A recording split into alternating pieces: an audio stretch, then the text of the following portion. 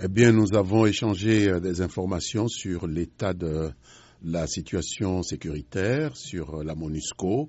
Vous savez que les États-Unis sont premiers contributeurs de la MONUSCO et sur les élections, les préparatifs des élections. Je lui ai dit que nous étions sur la ligne droite, que nous sommes en train de terminer aujourd'hui même la phase qui est essentielle d'enregistrement des électeurs dans les Kasaï, où nous avons eu quelques retards, mais qu'avec cette fin de la phase d'enregistrement des électeurs, nous sommes sur la ligne droite pour respecter le calendrier tel qu'il a été établi par la commission électorale. Donc c'est sûr, la RDC votera le 23 décembre 2018 ? Affirmatif. Le 23 décembre, nous avons les 3 élections en une séquence.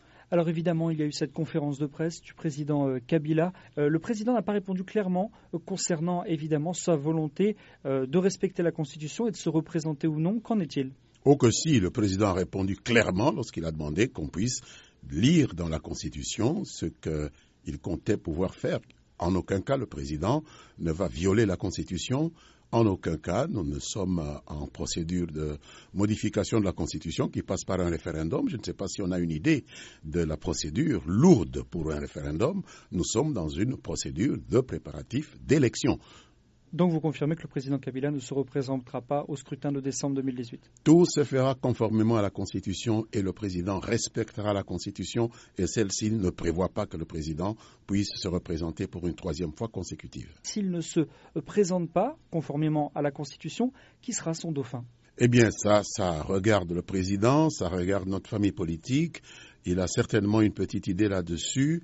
Nous sommes en train de nous concerter et lorsque la commission électorale va ouvrir la liste de candidatures, nous ferons connaître à l'opinion et à la commission électorale qui sera notre candidat, mais le moment n'est pas encore venu. Autre point important de cette conférence de presse, il faut rendre à César ce qui appartient à César et à Dieu ce qui appartient à Dieu. Comment vous qualifieriez aujourd'hui les relations, notamment avec l'Église catholique en République démocratique du Congo ? Je voudrais d'abord dire que nous n'avons pas de crise avec l'Église catholique. Nous avons un problème avec quelques membres du clergé de l'Église catholique qui se mêlent trop de politique politicienne et qui opposent les Congolais entre eux. Ce sont des citoyens congolais. Ils peuvent bien agir, ils peuvent mal agir. Et lorsqu'ils agissent bien, nous le leur disons, nous les félicitons. Lorsqu'ils agissent mal, comme ceux qui veulent opposer les Congolais entre eux, nous le leur disons. C'est le cas maintenant à Kinshasa avec ces membres du clergé qui essayent d'opposer les Congolais entre eux. C'est une mauvaise chose et nous le disons clairement.